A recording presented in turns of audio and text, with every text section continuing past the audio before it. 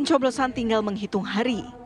Komisi Pemilihan Umum atau KPU sebagai lembaga penyelenggara pemilu telah mempersiapkan segala hal dalam menunjang kelancaran pemilihan umum atau pemilu pada Pesta Demokrasi tahun 2024, termasuk menggunakan kembali aplikasi untuk penghitungan suara sementara pemilu 2024 Sistem Informasi Rekapitulasi atau Sirekap. Keberadaan Sirekap tersebut dinilai ahli siber akan menjadi pisau bermata dua bagi Komisi Pemilihan Umum atau KPU jika tidak dilengkapi dengan keamanan siber yang kuat, khususnya di sisi sumber daya manusia atau SDM. Sumber daya manusia menjadi instrumen penting dalam kemampuan mengoperasikan sistem Sirekap ini. Edukasi sumber daya manusia mengenai keamanan siber perlu disampaikan agar tidak terdapat celah bagi pihak manapun yang akan melakukan serangan siber pada aplikasi Sirekap. Lalu, bagaimana KPU sebagai lembaga penyelenggara pemilu dapat mengantisipasi jika terjadi serangan terhadap aplikasi Sirekap? Tim TV One mengabarkan. Ya, kita juga tetap ingin begitu bagaimana perhitungan suara ini berkualitas nantinya, walaupun kita tahu ada perhitungan secara manual, ada juga digunakan Sirekap oleh KPU ya Via. Tapi Sirekap ini juga banyak mendapatkan kritikan keras karena khawatirnya bisa dibobol hacker, kemudian juga belum ada evaluasi, belum ada simulasi dan lain sebagainya. Kita akan membahas mengenai hal ini dengan narasumber yang sudah hadir. Sudah ada di studio Mas Pratama Persada, pakar keamanan siber. Selamat pagi Mas. Selamat pagi, Pertama. Kemudian juga Mas M. Ihsan Maulana, peneliti Perludem. Selamat pagi Mas Ihsan. Selamat pagi, Mas. Pagi. Dan juga yang sudah bergabung bersama kita, Ibu Betty Epsilon Idrus, anggota KPU RI. Selamat pagi. Assalamualaikum Ibu Betty. Assalamualaikum Bu Betty. Selamat pagi. Assalamualaikum Mas dan Mbak, Bapak, Ibu, Mas Pratama, Mas Ihsan. Ya, kita ke Ibu Betty dulu. Bu Betty, ini hanya menghitung hari, tidak sampai hanya sekitar 3 hari saja. Nantinya sudah ada hari pencoblosan, di mana juga pasti persiapan KPU untuk perhitungan suara juga sudah ada. Nah, Sirekap ini Bu, yang nantinya juga dikhawatirkan bisa dibobol hacker, kemudian juga belum ada simulasinya, belum pernah diaudit. Sejauh ini kesiapannya seperti apa sih? Kalau dibilang simulasi sudah Mbak di provinsi, kabupaten kota, dan juga uji coba sudah dilakukan terhadap teman-teman KPPS seluruh Indonesia. Sudah kami coba, lalu kemudian seberapa jauh persiapannya, ini selalu terus-menerus diupayakan ditingkatkan oleh Komisi Pemilihan Umum untuk dapat digunakan dalam hal ini dari sisi data dan teknologi informasi disiapkan oleh Komisi Pemilihan Umum untuk serangan dari berbagai sistem informasi yang dimiliki dari beberapa pengalaman yang dimiliki oleh Komisi Pemilihan Umum. Kami menyadari bahwa sistem informasi diciptakan lalu di-create oleh Komisi Pemilihan Umum tentu memiliki banyak sekali tantangan, dan kemudian KPU dalam hal ini sebagai lembaga publik mengupayakan sepenuh waktu, sepenuh jiwanya untuk melakukan pengamanan terhadap seluruh sistem informasi yang dimiliki, termasuk sistem informasi rekapitulasi perolehan suara Komisi Pemilihan Umum. Bu Betty, bicara soal untuk keamanan ini, KPU ini melibatkan setiap unsur nggak sih Bu? Mengingat ya namanya juga orang-orang usil, iseng gitu ya, yang memiliki kapasitas dan kapabilitas Kemampuan, yang berkelebihan gitu, kemampuan gitu Bu. Ada nggak sih Bu melibatkan pihak-pihak ini begitu? Sejak awal, sejak tahun 2018-2019, Komisi Pemilihan Umum bekerja sama dengan beberapa lembaga yang kita sebut dengan Satgas Keamanan Cyber Komisi Pemilihan Umum. Ada beberapa lembaga negara bergabung dalam Satgas Keamanan Cyber Komisi Pemilihan Umum, antara lain adalah BSSN, lalu kemudian Kominfo, lalu kemudian Cyber Mabes Polri, dan Badan Intelijen Negara, Mas. Ya, artinya kalau kita melihat lembaga-lembaga tersebut dengan segala macam tools ya, kemampuan juga diharapkan sudah bisa dikatakan aman begitu Bu Betty? pemilu ini adalah milik semua. Pemilu bukan hanya suatu perhelatan yang dimiliki oleh Komisi Pemilihan Umum. Sehingga lembaga-lembaga negara alhamdulillah memiliki komunikasi yang baik dengan KPU, termasuk untuk berusaha menjaga seluruh sistem informasi yang dimiliki oleh Komisi Pemilihan Umum dengan masing-masing tusinya, dengan masing-masing tugas dan fungsi yang dimiliki oleh setiap lembaga. Yang namanya usaha kita optimalkan apa yang kita punya dari segala macam tusi yang dimiliki oleh masing-masing lembaga negara, Mas. Baik, saya mau ke Mas Pratama. Kalau melihat kan kita ya khawatirnya takut ada yang nge-hack gitu ya. Cuma si rekap ini kan juga pernah dipakai di Pilkada 2020.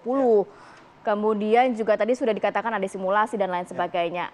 Kalau poin dari Anda sebenarnya apa yang bisa juga masih dipertimbangkan KPU nantinya atau dipersiapkan KPU nantinya? Ya, jadi kalau menurut saya sudah menjadi keputusan bersama ya dengan undang-undang bahwa hitungan yang sah itu hitungan manual sebenarnya. Ya. Jadi no issue sebenarnya. Ini penunjang gitu saja ya. Jadi dari jenjang TPS, kemudian kecamatan, kabupaten sampai ke pusat begitu ya.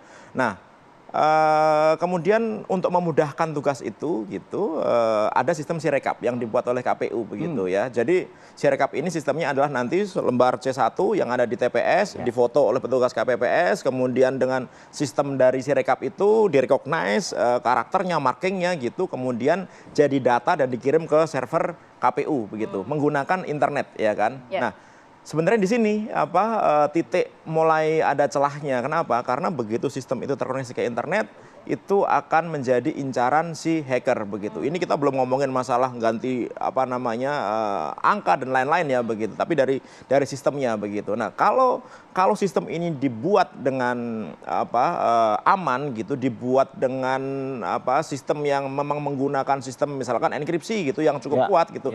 Harusnya kita nggak perlu khawatir. Karena apa? Karena lebih enak nih pengiriman dari TPS sampai ke pusat, nggak ada campur tangan di tengah jalan gitu. Ya kan? Dari penjelasan Bu Betty tadi, ini lembaga-lembaga negara loh, yang notabene dibiayai oleh APBN dengan segala macam perangkat toolsnya, ya kan? Belum lagi manpowernya yang juga sudah mungkin dididik, dilatih, di training begitu. Ya, jadi dari yang disampaikan oleh Bu Betty tadi, sebenarnya kan KPU sudah diperkuat nih, ya kan? Nah, cuma masalahnya kadang-kadang kalau kita berbicara masalah keamanan cyber ya, ada satu atau dua yang kelewat gitu, yang mungkin tidak disengaja gitu, atau memang ada perkembangan celah keamanan baru yang tidak diperhatikan, sehingga akhirnya akhirnya digunakan para hacker itu untuk masuk dalam sistem KPU. Ini jangan-jangan Mas ini yang coba nih Mas. Udah nyoba Mas? Nggak gitulah gitu ya. Kita cuma ngecek aja bahwa sistemnya ini seperti apa. Kalau gitu. memang bisa dihack, tapi kan tetap perhitungan manual yang digunakan nanti oleh KPU. Tapi apa dampaknya kalau dihack ini? Mbak Ratih gitu. Kalau misalkan ya perhitungan manual nih udah oke nih gitu ya, udah oke sampai KPU pusat udah oke. KPU ngumuminnya pakai apa? Kan pakai sistem, menggunakan website ya kan. Ngitungnya pakai apa? Pakai komputer. Yang itu juga sebenarnya rawan peretasan. Kalau misalkan nih gitu, ketika diumumkan oleh KPU ternyata hasilnya beda, misalkan 30 juta dari data hitungan manual. Kira-kira yang kalah ini kemudian diumumkan oleh KPU menang, selisihnya 30 juta, mau terima nggak? Pasti nggak akan mau terima gitu. Ini kan KPU lembaga yang sah potensi chaos di negara kita gitu. Ya kan begitu diumum KPU loh. Tadi diumum KPU menang kok, sekarang saya jadi kalah. Kemudian apa? Menuntut perhitungan ulang. 820.000 lebih TPS yang akan dihitung ulang, ngumpulin saksi lagi. Aduh, Oktober presiden kita udah pensiun nih. Tapi memang Sirekap ini Oktober kita nggak ada presiden bisa. Rentan dalam arti masih bisa cukup diperkuat nggak oleh KPU? Kita kalau ngomong masalah kerentanan itu harus ngecek ya gitu. Yang bisa ngomong itu sebenarnya adalah KPU gitu, ketika mereka melakukan pengecekan ke sistem Sirekap. Karena ketika kita melakukan pengecekan, pertama kita harus ngomongin masalah developernya, apa aplikasinya sudah aman belum gitu. Yang kedua masalah sistemnya. Servernya sudah diamankan belum, jaringannya sudah diamankan belum. Yang ketiga masalah orangnya dan lain-lain. Dan Sirekap itu jangan salah, Sirekap itu menggunakan handphone petugas KPPS. Iya, betul. Handphonenya sudah secure belum? Jangan-jangan ada malwarenya. Handphone belum masalah internet, sudah semua TPS ada internet apa enggak? Bahkan kabarnya kalau untuk Sirekap ini memang harus jenis handphone tertentu yang bisa Android dengan Android sekian gitu. Ya harusnya dengan memori yang cukup dan storage yang cukup ya gitu. Kemudian yang penting adalah kameranya. Karena apa? Karena dalam sistem Sirekap ini ada namanya OMR gitu, Optical Mark Recognition gitu. Kemudian ada OCR, Optical Character Recognition gitu, yang dari gambar tulisan orang, kemudian difoto jadi huruf, jadi angka gitu, ya kan. Nah, kesalahan itu kan juga pasti nggak 100% benar gitu, sehingga apa dibutuhkan editing. Jadi petugas KPPS nanti begitu ngecek, oh ternyata angka 1 jadi angka 7, oh dirubah jadi lagi jadi angka 1 gitu. Angka 0 jadi angka 8, oh dirubah lagi jadi angka 0 dan lain-lain begitu. Nah, itu penting tuh untuk segala potensi dilakukan. gitu ya, Mas Pratama. Saya ke Bu Betty lagi deh untuk mungkin bisa lebih meyakinkan lagi publik ya Bu Betty ya, dari ini beliau ini bukanlah yang melakukan Bu. Tapi beliau ini pakarnya gitu di bidangnya Bu Betty. Silakan Bu Betty. Ya, potensi-potensi atau yang tadi sudah disampaikan oleh Mas Pratama sudah di-list oleh KPU. Jadi dari sisi pengamanannya, dari sisi sumber daya manusianya, dari sisi perangkatnya, dari sisi internet, karena kan tidak semua coverage internet di Indonesia itu sama seperti itu ya. Itu sudah di-list oleh Komisi Pemilihan Umum dan masuk dalam catatan peluang ancaman, kemudian kira-kira apa nih yang bisa dilakukan oleh Komisi Pemilihan Umum, langkah mitigasinya seperti apa. Benar sekali yang sudah disampaikan oleh Mas Pratama, Sirekap adalah alat bantu. Yang menjadi officially hasil adalah hasil perhitungan yang dilakukan oleh teman-teman TPS, direkap di PPK, langsung berjenjang sampai dengan Komisi Pemilihan Umum, dan menurut Undang-Undang 7 tahun 2017, hasil resmi diperoleh selambat-lambatnya 35 hari sejak hari H pemungutan suara. Diperoleh dan ditetapkan oleh Komisi Pemilihan Umum. Itu tolong di-underline terlebih dahulu. Sirekap ketika menjadi alat bantu, dia mendokumentasikan secara di-marking, ditandai, dan kemudian direkognisi juga angka yang ada di dalam form C plano yang kemudian difoto oleh teman-teman KPPS. Tentu tantangannya berbeda-beda setiap KPPS. Itu sangat kita sadari, dan ini memang menjadi menjadi tantangan yang luar biasa untuk Komisi Pemilihan Umum. Dari Sabang sampai Merauke, kita akan menangani sekitar 800-an ribuan TPS se-Indonesia dengan berbagai macam kompleksitas jenis sumber daya manusianya, begitu. Jadi kita upayakan, Mas, mohon doakan sebagai alat bantu ini bisa membantu Komisi Pemilihan Umum untuk menampilkan hasil setiap TPS, hasil foto oleh teman-teman KPPS seluruh Indonesia. Baik, Bu Betty, kita harus jeda dulu sejenak, nanti kita akan ke Mas Iksan. Walaupun dikatakan ini sebagai penunjang saja perhitungan manual, tapi catatan dari Perludem seperti apa? Kita tahan dulu ya, kita jeda berikut, kita kembali saat lagi. Ya, oke. Semoga tidak ada yang tertukar Ti. Apanya? Nggak tahu Ti. Apanya yang tertukar. Ya enggak lah, kan Mama aplikasinya sistemnya sudah jalan, sudah firm kuat juga, Vi. Hulu dan hilir nih yang harus dijaga. Datanya itu ya kalau genuine seperti ini, hilirnya juga diharapkan masih seperti itu. Tadi catatan dari Mas Pratama cukup banyak. Kalau dari Mas Iksan, Perludem seperti apa melihatnya? Ya, pertama Sirekap sesuatu yang baik ya. Dan kalau kita lihat kan ini bisa membantu partisipasi publik sebetulnya untuk melihat bagaimana hasil pemilu secara cepat dan akurat begitu.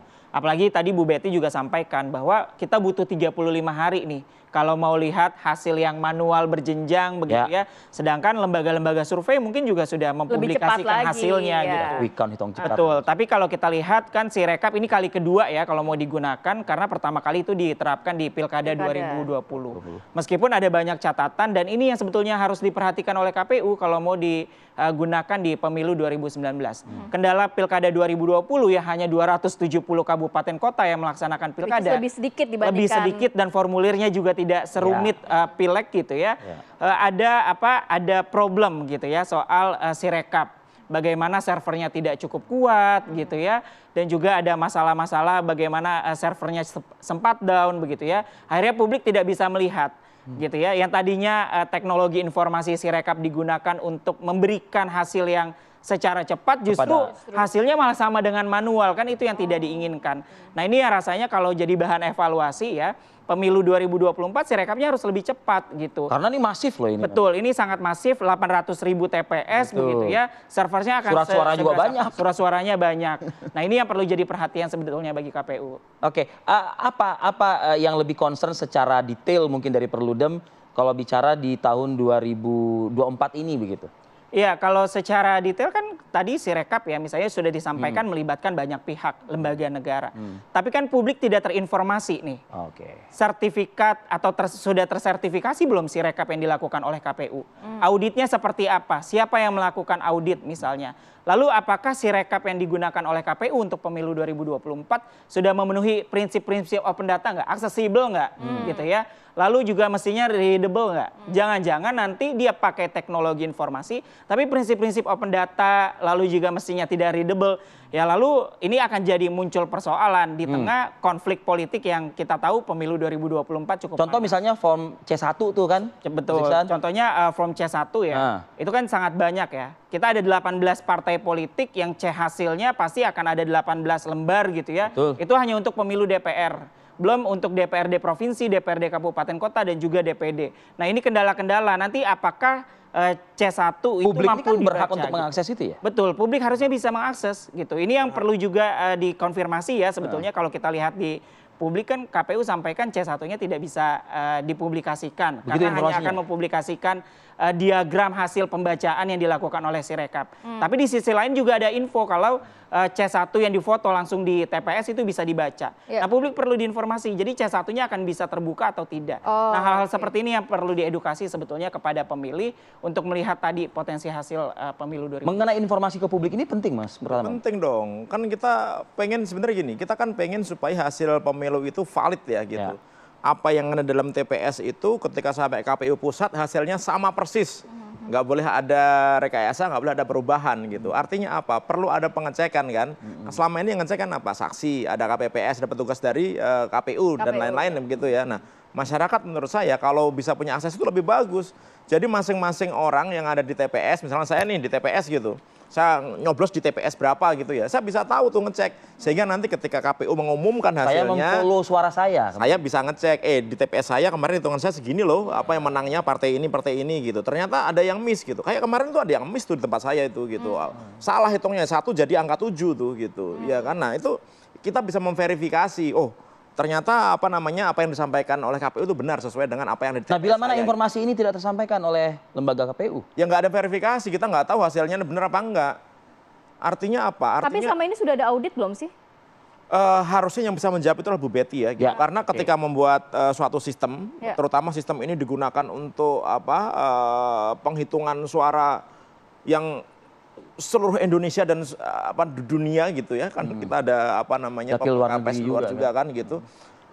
Ya sebelum sistem itu dipublikasikan harus sudah ada audit. Tapi kalau kemarin kita sempat mendengar informasi bahwa sistem KPU sempat diretas, ini memungkinkan nggak dalam arti sebagai seorang pakar di bidang teknologi, kalau sekali sistem itu diretas, mungkin nggak nantinya bisa diretas kembali begitu? Ya mungkin banget. Kenapa? Karena gini, hacker yang profesional ya, dia akan berusaha masuk ke dalam satu sistem itu akan diam-diam dia masuknya. Begitu udah masuk, dia nggak akan membiarkan nih sistem ini. Masih ada jejaknya? Dia pasti akan naruh backdoor. Entah naruh backdoor, nah backdoornya ini ada di mana nih? Entah di komputer servernya, atau ada di komputer staffnya, atau di komputer manapun yang terhubung terkoneksi dengan Itu tidak akan bisa KPU. hilang, Mas?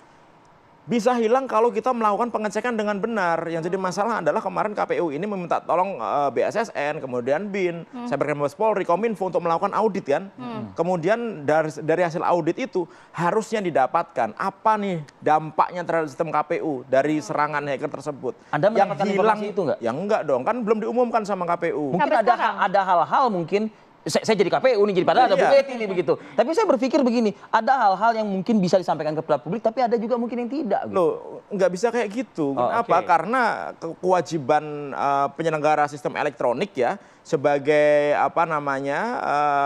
penanggung jawab data gitu, pemroses data, pengendali data pribadi begitu, wajib menginformasikan kepada subjek data pribadi, saya, Mas Arief, Mbak Ratih, masyarakat yang datanya bocor itu, maksimal 3 kali 24 jam. Itu tertulis dengan sangat jelas di Undang-Undang Perlindungan Data Pribadi. Gitu. Kita dengar tanggapannya Bu Betty. Tadi ada pertanyaan dari Mas Iksan dan juga Mas Pratama. Silakan Bu Betty. Iya, pertama soal image plano C1. Jadi untuk Sirekap, karena tadi justru Sirekap akan memotret hasil perolehan suara dari TPS berjenjang nanti ke PPK, ke KPU Kabupaten Kota, ke KPU RI justru dilakukan secara terbuka. Kalau Bapak Ibu ada di TPS bisa melihat, menyaksikan, merasakan. Lalu kemudian apakah boleh nih kita foto hasil perolehan suara di setiap TPS selain oleh KPPS, selain oleh saksi, selain oleh pengawas TPS, masyarakat bisa menyaksikan Betty mendapatkan surat suara berapa perolehan suaranya. 1, 2, 3, 4 sama dengan 4. Mas Pratama dapat berapa? 1, 2, 3, 4, 5, 6 sama dengan 6 misalnya demikian. Maka semua disaksikan secara bersama-sama. Ini kemudian difoto oleh publik. Publik boleh melihat KPPS memfoto, lalu kemudian ditayangkan di server milik KPU di infopemilu.kpu.go.id. Kemudian image tertampilkan. Publik kemudian cek apakah di TPS-nya yang dia lihat, yang dia saksikan sama dengan apa yang dia foto juga. Jadi foto yang image yang ada di server KPU yang difoto oleh KPPS sama nggak dengan apa yang dia punya. Justru ini yang akan ditampilkan di infopemilu.kpu.go.id sebagai bentuk transparansi KPU dan ini sebagai alat bantu pun gitu ya untuk kemudian sama-sama melihat hasilnya di TPS. Lalu kemudian Sirekap tidak berhenti sampai di situ. Tidak hanya kemudian difoto oleh KPPS, Sirekap juga punya fungsi untuk merekapitulasi dari tingkatan PPK, lalu kemudian KPU Kabupaten Kota sampai dengan KPU Provinsi, KPU Republik Indonesia. Karena dalam Undang-Undang 7 tahun 2017 tidak ada rekapitulasi di tingkat kelurahan, langsung naik ke kecamatan. Sehingga perolehan suara Betty pada TPS 1 tambah 2 tambah 3 tambah 4 pada setiap kelurahan, Mas Pratama, TPS 1, TPS 2, TPS 3 pada setiap kelurahan dijumlahkan kelurahan A tambah kelurahan B, tambah kelurahan C, semua pihak akan kemudian dapat mengkalkulasi secara bersama-sama. 4 tambah 5 tambah 7 misalnya, 9 tambah 7 sama dengan 16, tertulis nggak rekapitulasinya sama dengan 16. Jadi semua pihak justru akan dapat melihat ini secara bersama-sama. Justru di situ tantangannya Mas dan Mbak semua. Ini bukan pekerjaan mudah. Ini bukan pekerjaan yang ini harus begini, harus begitu, harus A, B, C, D. Padahal tantangan kita tadi sudah saya sampaikan. Sumber daya manusianya berjenis-jenis, berlapis-lapis. Lalu kemudian infrastruktur yang dimiliki di setiap wilayah berbeda-beda. Nggak sama Jakarta dengan wilayah timur Indonesia. Nggak sama. Kemampuan gadgetnya saya dengan kemampuan gadgetnya Mas Pratama yang luar biasa mungkin juga berbeda gitu. Oleh karenanya tantangan inilah yang kemudian harus kita pahami secara bersama-sama. Komisi Pemilihan Umum perlu menyampaikan ini kepada publik, perlu menyampaikan bahwa ikhtiar untuk menyampaikan hasil secara transparan, secara terbuka sudah dilakukan melalui suatu sistem informasi yang disebut dengan sistem informasi rekapitulasi. Yang namanya ikhtiar kita usahakan, kita optimalisasi yang namanya ikhtiar. Tapi insya Allah ini dapat berhasil dengan baik, tapi semuanya mudah-mudahan mendapatkan apresiasi, termasuk dari hacker-hacker. Saya berharap white hacker kayak Mas Pratama selalu membantu KPU. Mbak Betty ini iya benar, ini benar loh, ini nggak rekayasa, ini benar. Mbak Betty ini ada peluang untuk terjadi hal-hal yang tidak diinginkan. Mohon KPU untuk begini.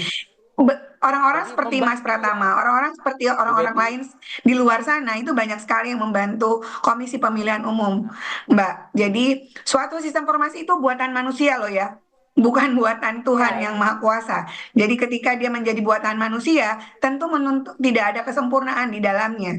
Oleh karenanya kami sangat terbuka untuk mendapatkan masukan dan informasi untuk memperbaiki sama-sama perihal yang dibutuhkan oleh masyarakat Indonesia, karena ini bentuk transparansi disaksikan oleh semua masyarakat Indonesia.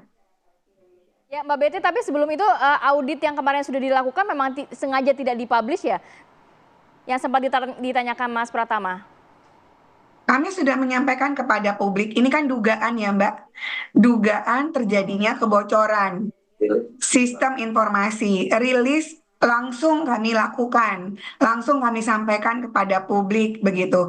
Hasilnya tentu kami menyerahkan kepada pihak yang berhak yang berwenang untuk menyampaikan apakah betul dugaan kebocoran itu milik KPU, seberapa jauh, siapa, bagaimana, kapan dan seterusnya kami serahkan kepada Mabes Cyber Polri untuk kemudian mengungkapkan ini. Tapi koordinasi yang dilakukan oleh Komisi Pemilihan Umum terhadap sistem Satgas Cyber KPU selalu dilakukan, Mbak. Alhamdulillah bahkan hostnya bisa berganti-ganti. Jadi komunikasi baik non formal sekalipun formal itu alhamdulillah dapat kami lakukan sebaik mungkin. Dan kalau tadi ada juga pertanyaan dari Mas Pratama, Bu Betty, mengenai sistem keamanan di KPU sendiri, misalnya sudah terjadi, pernah terjadi misalnya seperti itu. Pertasan. Nah, bagaimana mungkin pengamanannya di komputer yang mana dan lain sebagainya. Nah, itu dilakukan secara berkala nggak sih Bu Betty sebetulnya oleh para ahli-ahli yang dilibatkan oleh KPU ini? Ya. Sejak kami menggunakan sistem informasi, tentu menjadi catatan KPU bahwa ketika memproduksi suatu sistem informasi akan berdampak pada keamanannya, akan berdampak pada sustainable penggunaan sistem informasi ini, sejauh apa, bagaimana cara mengamankannya, bagaimana cara menyimpannya, sejak Komisi Pemilihan Umum menggunakan sistem informasi. Lalu bagaimana cara mengamankannya? Asesmennya seperti apa? Lalu kemudian lembaga-lembaga sebagaimana yang sudah saya sebutkan tadi, apalagi menjelang pemilu itu sudah selalu berada di KPU Mas untuk melakukan ITSA, untuk melakukan berbagai asesmen terhadap sistem informasi, dan insya Allah KPU selalu kemudian bersiap siaga begitu ya, apalagi nanti menjelang pemilu hari H pemungutan suara, karena kami tahu, karena kita semua menyadari bahwa suatu sistem informasi yang dibangun menjelang pemilu justru juga mendapatkan banyak perhatian dari seluruh masyarakat Indonesia. Oke. Ya, Mas Ihsan? Mas Ihsan. Iya, kalau kita lihat kan tadi yang disampaikan oleh Bu Ini Betty. komprehensif loh penjelasan Bu Betty. Iya, betul. Soal rekapitulasinya yang saya ingin soroti juga. Bagaimana rekapitulasi di tingkat kecamatan, tadi Bu Betty sampaikan akan menggunakan data Sirekap. Iya. Nah, tapi ada problem dari evaluasi pemilu 2019 dan itu? Pilkada 2020, daerah-daerah yang blank spot. Yang tidak terjangkau Tadi sudah dengan dikatakan juga Ada penjelasan memang berbeda-beda kan? berbeda-beda. Betul. Nah, kontingensi plan-nya seperti apa? Apakah nanti ketika di TPS yang blank spot, ketika Sirekap tidak dapat dipotret dan dikirim ke server KPU, apakah itu Ada akan alternatif lain? Betul, ada alternatif lain atau tidak? Kalau Pilkada 2020 itu akan diupload oleh PPK di tingkat kecamatan. Nah, apakah ini juga akan sama misalnya? Karena kalau ini kontingensi plan-nya tidak ada, jangan sampai nanti kegagalan mengupload C1 dari TPS ke Sirekap itu membuat kendala baru. Yaitu tidak bisa dilaksanakannya rekapitulasi di tingkat kecamatan. Itu yang pertama. Jadi kontingensi plan-nya itu sangat penting. Bagaimana proses rekapitulasi manual berjenjang, apakah akan sangat berpengaruh dari C1 yang difoto melalui aplikasi Sirekap.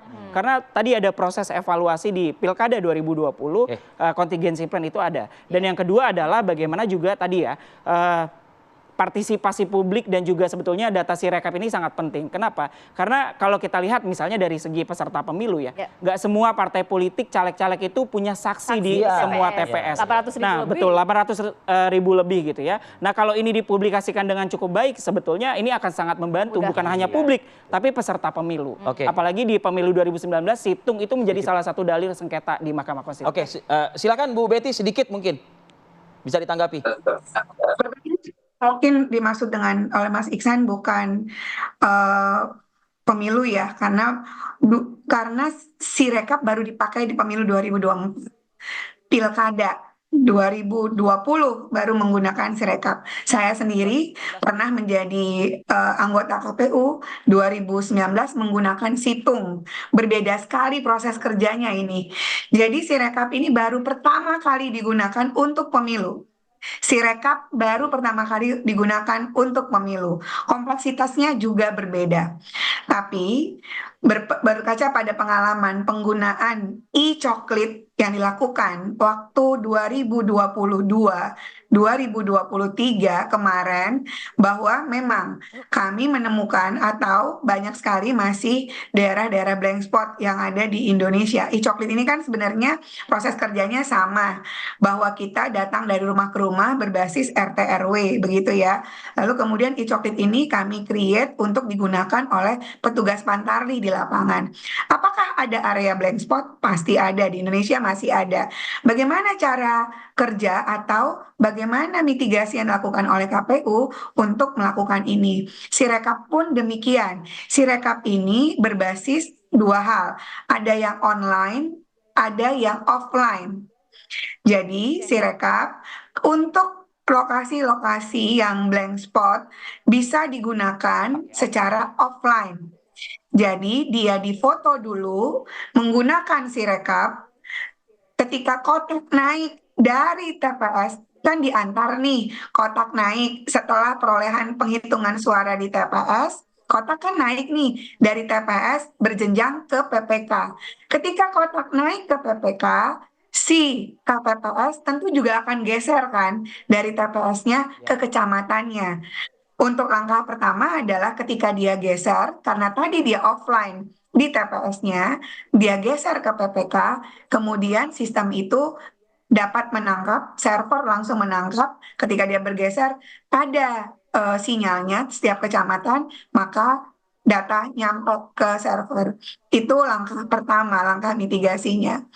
Lalu bagaimana misalnya tetap tidak bisa terkirimkan begitu? Maka langkah berikutnya adalah tadi, ini kan alat bantu Mas dan Mbak sekalian. Maka setiap jenjang rekapitulasi tetap akan dilakukan dari TPS, dilakukanlah di PPK, di tingkat kecamatan. C1 Plano itu kan ada nih di tingkat kecamatan. Misalnya di TPS 1 kelurahan atau desa X tidak terpotret, ketika pun bergeser ke kecamatan tidak terkirim ke server, lalu kami menangkap, oh iya ini belum ada, maka ditugaskan kepada PPK untuk memotret C-Plano yang ada ketika menghitung rekapitulasi setiap TPS, setiap kelurahan. Kalau belum ada, difoto oleh PPK, PPK yang akan mengirimkan itu masuk ke dalam server yang dimiliki oleh Komisi Pemilihan Umum.